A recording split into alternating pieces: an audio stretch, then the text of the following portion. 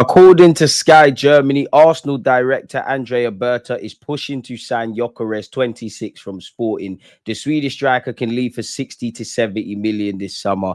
Berta, I hope you get your wish. I think we've seen several a time this season, probably summed up best with our 13, 14 draws, that we need goals in our team. And I know we've got over 100 in all comps, but goals win games. As much as I always say this, we all know across a Premier League season, for example, and also in the Cups, there is an element of let's just stay with the league.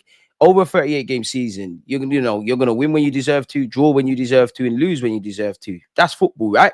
Across the season, from the start of August till May. Smash the like button, by the way. Poetic. That's going to be the case. But we all know in reality, sometimes you lose when you probably deserve to win. Sometimes you draw when you deserve all 3 points or none at all. And sometimes you win when you deserve to lose, or all those kind of denominations. And as much as I think individually, collectively, the manager, we can all go up a level as a football club, there's also an element across the season of when players are at their worst, when we're at our worst, when things have gone wrong, how do we get out of jail? How do we turn 13, 14 draws, regardless of refereeing decisions or bottling a 2-goal lead?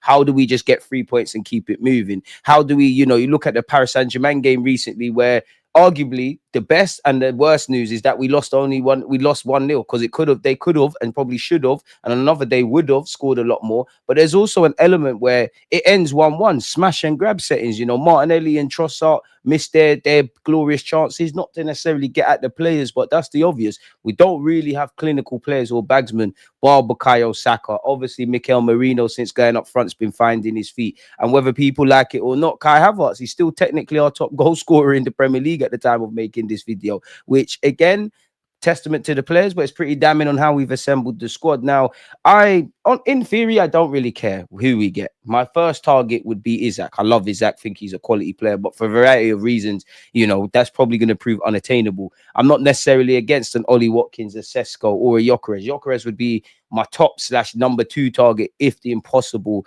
of getting Isak isn't the case. And away from obviously Gyokeres' qualities and things, as we know, I'd say the big thing for me is he's 26. That would be, I know the range is the buzzword, and it's all the range to say a statement signing, but it would. 26 is not 36. He could do it for a number of years, but it would tell me we've got a striker that clearly Arteta is convinced in, can do all the other things he wants beyond the obvious of what a striker is required to do, score goals. And he's 26, he's win now. Of course, he can develop and get better, but he's fairly all-rounded. He knows his job. He's had some good periods, some bad periods. He's doing his thing at Sporting. He's done it against the English teams. Obviously, we absolutely smoked Sporting in Lisbon, but he did give a fairly decent test or couple of moments where Gabriel, Magalhaes and Saliba, I'm sure, is concerned. So I'd like that, especially if you don't have to pay his 100 million euros price tag, and it's 60 to 70 million euros. So that's about 50 odd to 60 odd million quid.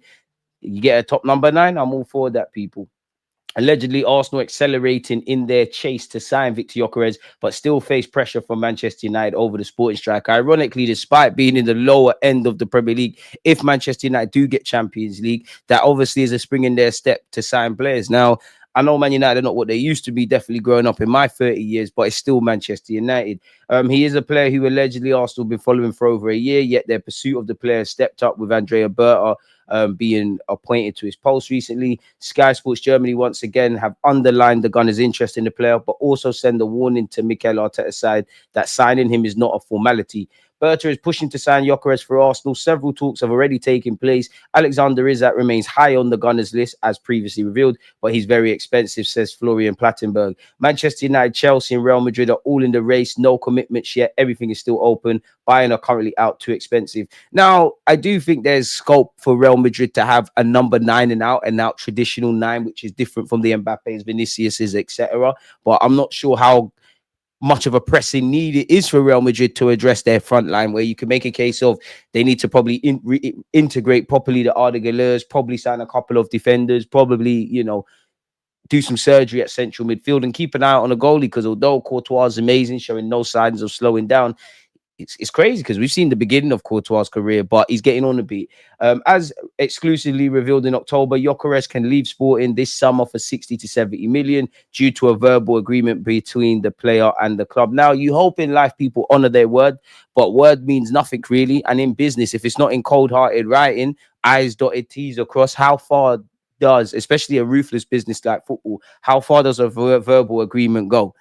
I hope everybody's a man of their words. Apparently, we are still leading the race for the pardon me, for the 26-year-old. So we'll have to see how that develops. Again, we've been linked with Gyokeres. Apparently, we're set to lose out. Manchester United are continuing talks in which they could get Champions League football. Obviously, Amarin knows him from his time. And both teams have their attractions, but both teams have the one thing in that if you're a half decent striker, realistically, big up Marino, Kai Havertz, a fit Gabriel Jesus, all of them. But if you're Gyökeres or any of these guys and you're looking at Arsenal and you're a proper number 9, like you score goals and do all that modern day stuff, you should believe that spot could be yours. You can go and grab that. At Manchester United, they've got Højlund, they've got Zertsky, he's a striker, but not really. There's scope for an out and out forward, really. Like I just said with Arsenal, you should believe you could go and get that. Arsenal allegedly consider Ollie Watkins as a Gyökeres alternative. I'm not too sure if we really do. I do think we admire him and whatnot. We all know we allegedly bidded for him or was offered him in January. It didn't come to anything, but Ollie Watkins is still being linked with our football club. Bournemouth and Arsenal are battling it out to sign 30 million rated Joan Garcia. Every day there's another club. Aston Villa, Bournemouth now, in which they've got Kepa and Neto technically, but you could get that. But, Arsenal, Bournemouth, Villa, Man United, Bayern Leverkusen, Atletico, and Real Madrid, and the list goes on in his services. So that won't go anywhere. Allegedly, Arsenal have added Ademola Lookman to their shortlist of attacking targets for the summer. Barcelona apparently pivoted away from Nico Williams and going for Lookman. Reports say, should we go for Lookman? Should we go for Nico Williams? Do you rate either? Which one would you rather if it came to it? Smash the like button and don't forget, let me know your thoughts. Allegedly, Crystal Palace are open to selling both Eze and Gurhi this summer to fund an overhaul of the squad. Now, they probably knew once upon a time they're going to go. I know Gurhi's deal is running out. They held on to him last summer. If I was getting anyone from Crystal Palace, my first target would be Walton. But, they've probably made peace a long time ago that Eze is going to leave. Eze's having a good season, but I don't feel he's played with the level of consistency he's got in his locker. Wouldn't mind Gurhi, would love Eze, would love Walton. Expect to see Arsenal linked with Palace players.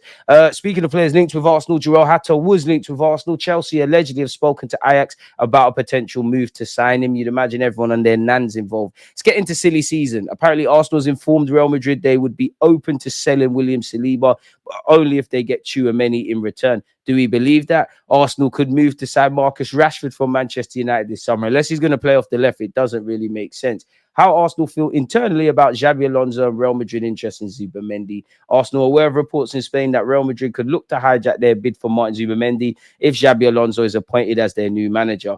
Allegedly, the hierarchy is insisting they're not worried about any potential hijacks or Xabi Alonso, who's obviously a phenomenal coach in his early career, phenomenal player, played for Real Madrid, could manage Real Madrid, gave Zubimendi his opportunity. It also provides him the opportunity to stay in Spain. And it feels like it's open season in the middle of the park for Real Madrid, apologies. So it would make sense. Allegedly, Xabi Alonso is keen to bring Florian Wirtz and Jonathan Tah with him to Real Madrid. And he's also a fan of Zubimendi. But just because he's a former coach of Zubimendi and a fan doesn't mean it's necessarily going to get it. But until these signings are over the line and I's are dotted, T's are crossed, people holding up Arsenal shirts like London Coley saying they grew up watching Vieira, Petit, this one, that one, and the third, it's all open season, people. Zubimendi is becoming a much more familiar name to English football fans, given his links to Arsenal and Liverpool over the last year or so. His talent is obviously even more well regarded in La Liga, where he's been excelling for years. Didn't have a great audition against Manchester United, neither did Nico Williams, but I'd still have him nonetheless. We have heard previously that Andrea Berta, is being tasked with getting that one over the line, and apparently he's pushing to conclude the Zubimendi deal. We've done quite a bit of business with Sociedad over the last few years. We've obviously got Marino. We hope to get Zubimendi, Carlos Vela, Nacho Monreal. Fran Merida, when did you go, Sociedad? Fair play, people. Big up Sociedad, who have sacked their manager and their Olabi, their director of football, is leaving. So it's a bit of a changing guard there. Arteta spoke on the red cards. He said the rules at the beginning of the season when we were punished and the rules after 15 games very different. Hopefully next season we'll see some new rules for some games, then change again. But Arteta, let's just control the controllables, my boy. On William Saliba's future, I'm certain, because I had a conversation with Saliba, is that he is so happy here. To be fair, manager isn't going to say anything different. He wants to continue with us. I'm quite confident that William is very happy, and that's the place that he wants to be. Fair play. There could be a fire sale at Monaco. I'm a big fan of Mangles. Alusha, I can't say his name, but he's been linked with Liverpool, Manchester United, Paris Saint-Germain, and Manchester City. So maybe we could do some business around Monaco, people. Again, I said it's getting to silly season. Arsenal and Liverpool are best placed to sign Frankie de Jong this summer, with Man United set to lose out once again. Chelsea apparently always keen. Easy money where transfer news concerned, surely. Arsenal will battle it out with PSG to sign Roma defender Ivan Ndika, who is valued at 25 to 34 million quid. I'm sure a couple of years ago we tried to get you as a free transfer. Um, Skipping past that, people, we've gone over that already. Arsenal and Liverpool both have Alexander Isak as their first choice striker targets this summer, despite the steep asking price. Not anything new there, but that's what David Ornstein said. I mean, if Liverpool have Salah and Isak together and all the others is and address all the other things, forget about it. The league's over. And if you're a Liverpool fan, you're thinking, Trent, if you just gave us one more season, you'll probably not only break Thierry Henry's sorry, people, I don't know what's going on. You probably wouldn't, not only break Thierry Henry's assist record, but you'll probably double it or treble it with those two up front, and it'll be a nasty attack, people. He's got 150 million price tag. We all know what he means to Newcastle and Eddie Howe, and they've won a trophy, and they look to be part of the Champions League. Ornstein apparently has said, people, I do think Isak would be the one that Liverpool would look to, as would Arsenal and many other clubs. It's less realistic to think it's going to happen, though, because if Newcastle qualify for the Champions League, I think it's not even a conversation.